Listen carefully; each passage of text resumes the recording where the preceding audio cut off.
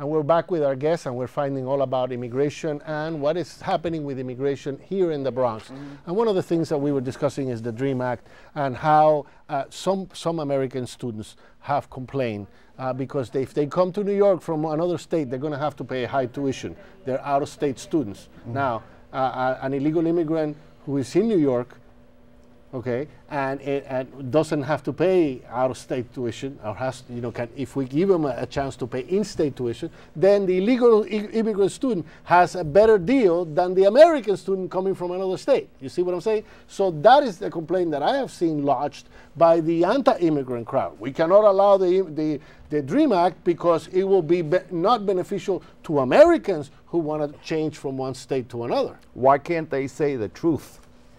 It was not the tuition. The issue was not the tuition.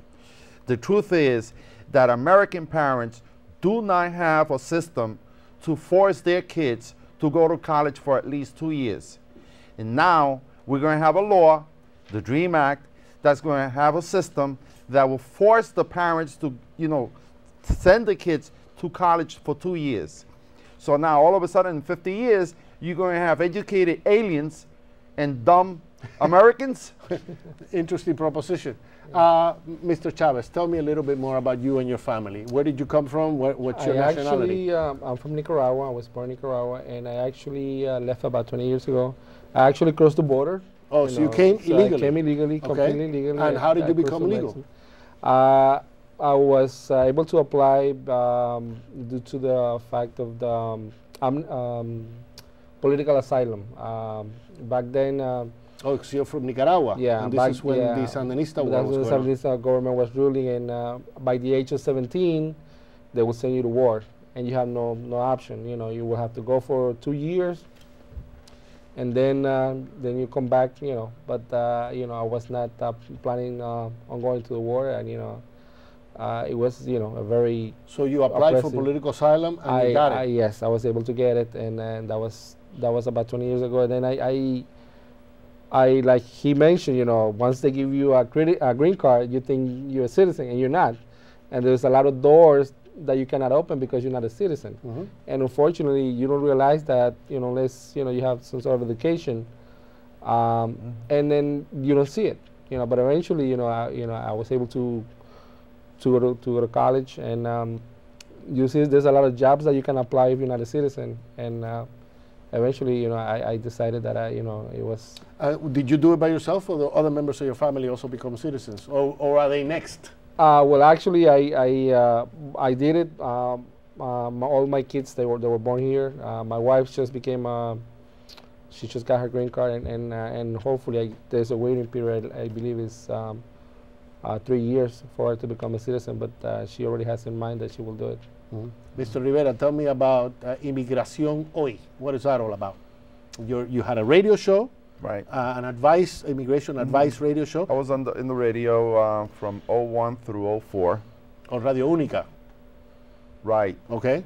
In Spanish. Yes. Okay. And now I'm waiting for Radio Vado for an hour after La Doctora Isabel.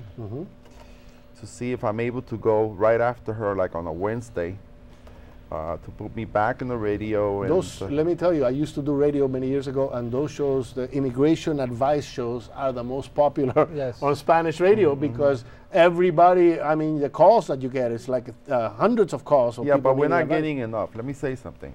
In the Bronx, for example, where the population is so high when it comes to Hispanics. Immigrants, yes. Okay. Now, do you know that over 80% of the businesses or the companies that are in the Bronx are small companies?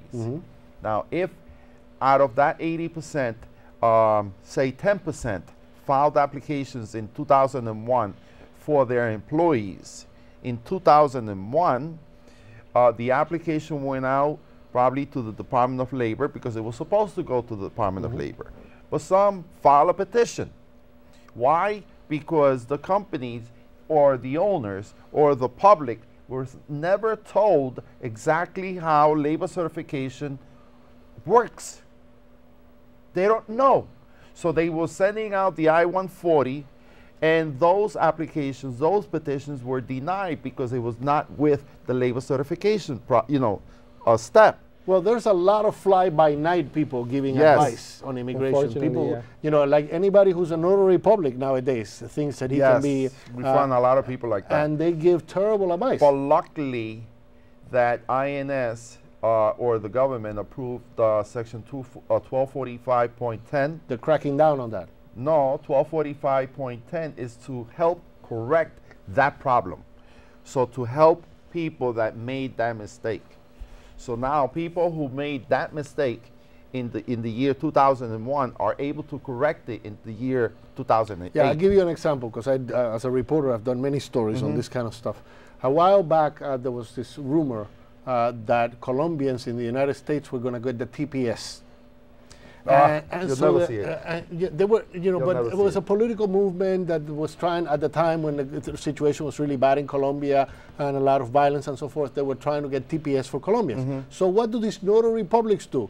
They started charging people, filling out some silly form, and Colombians who didn't know better were already paying to apply for a TPS that had never been approved, that the government didn't even know anything about, and these people were taking these poor people's money, trying to fill out some form that was never going to go anywhere. And so we found out that, you know, hey, they're promising TPS just because in the news some people were trying to get the TPS. The notary publics were already saying, listen, come fill out the papers, give me $200. You know, that's But there was not they didn't have an application to fill out. Is that no, right? no, there was nothing. There was no program. So the people that were putting or charging, were they charging for translation of documents or organizing documents? They were gangsters. These people are basically saying, listen, come in, fill out an application for TPS when there is no TPS. Okay, okay. You know, that's all it is. Right. It's like you're there is no misleading the yeah. public.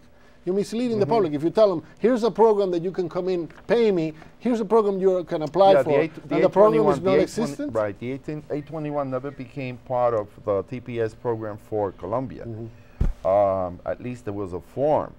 But yes, there were a lot of people. You should explain what TPS is. TPS is temporary protected status, Section 244. It protects you against deportation from the United States. Excuse me. It helps you get the employment authorization card. While you're here in the United States, you're considered legal. Yeah,